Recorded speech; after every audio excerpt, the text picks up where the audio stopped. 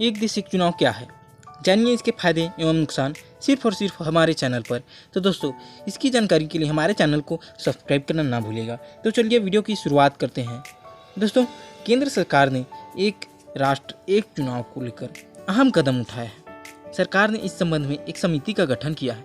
पूर्व राष्ट्रपति रामनाथ कोविंद को इसका अध्यक्ष बनाया गया है। ऐसे में सवाल ये है कि आखिर ये एक देश एक चुनाव क्या है।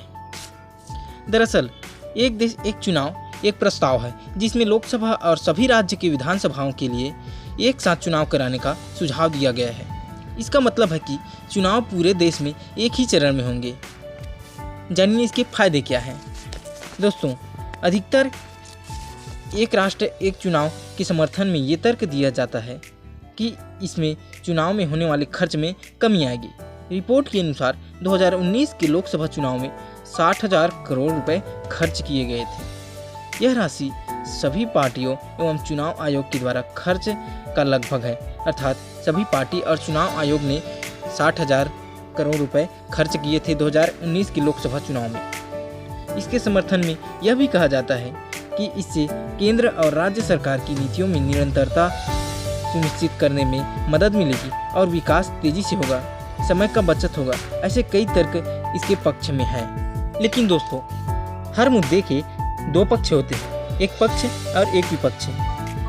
विपक्ष के लोग इसको मानने के लिए तैयार नहीं हैं, लेकिन पहले भी एक साथ लोकसभा और राज्यसभा दोनों के चुनाव हो चुके हैं। जी हाँ दोस्तों, 1967 तक भारत में लोकसभा और विधानसभा चुनाव एक साथ होते आ रहे हैं। 1967 तक जब से हमारा देश आज़ाद हुआ था तब तक एक साथ ही लोकसभा और विधानसभा दोनों के चुनाव हो रहे थे। फिर 1967 के बाद लोकसभा और विधानसभा अलग अलग समय पर कुछ कारणोंवश भंग होते गया, जिसके कारण यह क्रम टूट गया और एक साथ चुनाव जो हो रहा था वह क्रम बदल गया और हर राज्य में अलग अलग समय पर चुनाव होने लगे।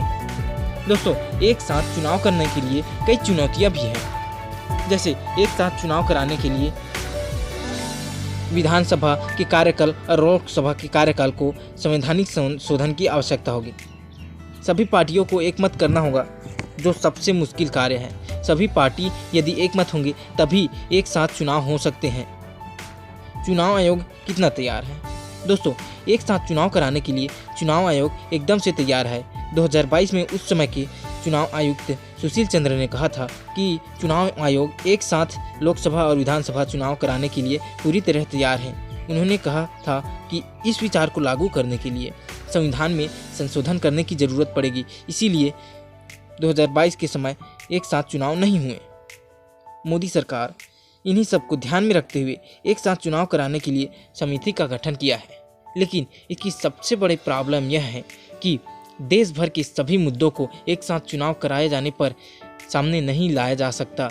यदि एक शब्द हो गया तो एक ही पक्ष को लेकर उस समय चुनाव लड़ लिया जाएगा और जो पार्टी उसका फ़ायदा उठाएगी उसे बहुत ही अच्छे तरीके से फ़ायदा मिल जाएगा और वह पूरे देश भर में एक साथ जीत जाएगी और वह जो करना चाहेगी वो अपने बलबूते पर कर लेगी। विपक्ष इस पर कमज़ोर हो जाएगा। यदि एक साथ चुनाव कराया जाएगा तो विपक्ष का मजबूती कमज़ोर हो जाएगी। विपक्ष चाह कर भी कुछ नहीं कर पाएगा। दोस्तों, आपको क्या लगता है, एक साथ चुनाव होना चाहिए या नहीं, कमेंट में ज़रूर बताइएगा और हमारे चैनल को ऐसे वीडियो के लिए सब्सक्राइब जरूर कीजिएगा।